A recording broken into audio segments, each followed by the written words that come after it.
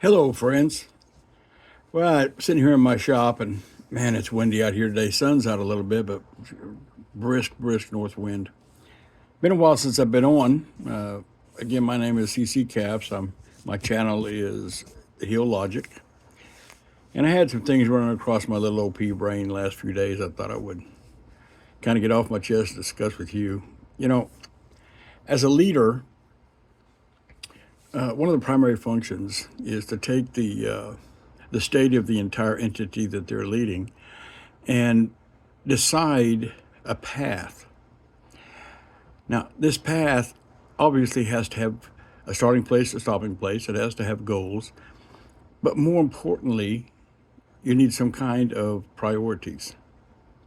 And that's what I want to talk to you about today, priorities. You know, I can't even remember the number of homeless we have in America today. The number fluctuates so much, I just can't keep up with it. And I don't think anybody, they say they have a grasp on the amount of hungry children in our nation, hungry families as far as that goes. They're all big numbers. And, you know, as a CEO or a leader, if those were in your purview, that would probably be a pretty high priority. How can I alleviate or at least lessen those situations? And I think the principles that a good leader and a successful leader strives by should be the same thing that Congress strives to do. Instead, again, the aforementioned homeless people, the millions of migrants that have illegally entered our country and being housed and fed and offered medical care and paid for doing nothing except being a migrant, as far as I can tell. The hungry children, all the things that I mentioned and many more. You would tend to believe that a leader in Congress, both the House and the Senate, as well as the White House, you would think that that would be a place that they would put their priorities.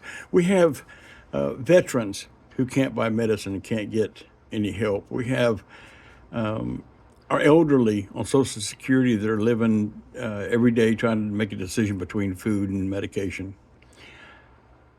You would think that's where the leaders of our nation would be placing their priorities. However, doesn't seem to be the case. Their priorities, from the layman's point of view that we see, is ensuring that other countries have what they need. By that, whether it's weapons or money, in Ukraine, for instance, it's weapons, money. They're even, the way I understand it, subsidizing the government workers in Ukraine.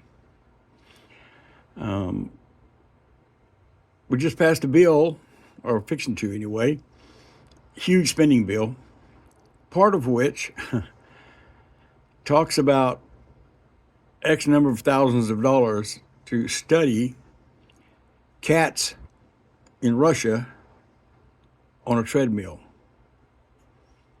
Pretty lofty priority. Now, it appears that something more important than the aforementioned problems at home seem to be TikTok, of all things. Lord have mercy.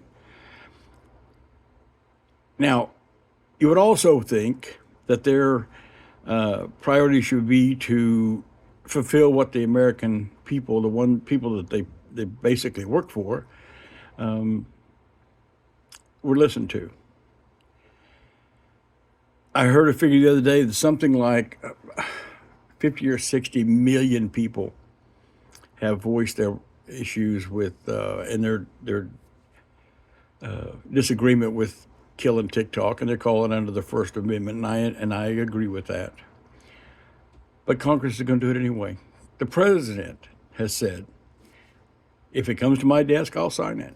I'm for it. Meanwhile, he has a TikTok channel. Priorities of a nation are not taking precedence over the priorities of the individuals that are running our country. I just can't even come up with a number of how many ways that's wrong. You know, when a corporation has a leader that begins to take them down a path that is not good for that company, eventually they're terminated. And I think that the shareholders of said company, when they've had enough and they think they've hit a point of no return, they exercise their right to replace the CEO or the leader or leaders and install people that will listen to what the company needs. Why would that be any different in America? Are we not all shareholders? Worst case scenario, aren't we at least stakeholders? I mean, I feel like I'm a stakeholder in America after 70-something years worth of paying taxes and doing the right thing and never getting in trouble and obeying the law and so on and so forth. So I'm really troubled, I think. As a leader of 30-some-odd years, I can't even imagine making the decisions that are being made by the people that are leading this country. So, for what it's worth, speak out when you can. I'll probably get deleted here, I'm sure. So, but speak out where you can. If nothing else, to say you did your part. Well, that's all I got from the Hill. Everybody have a great day. Thank you for tuning in. Goodbye.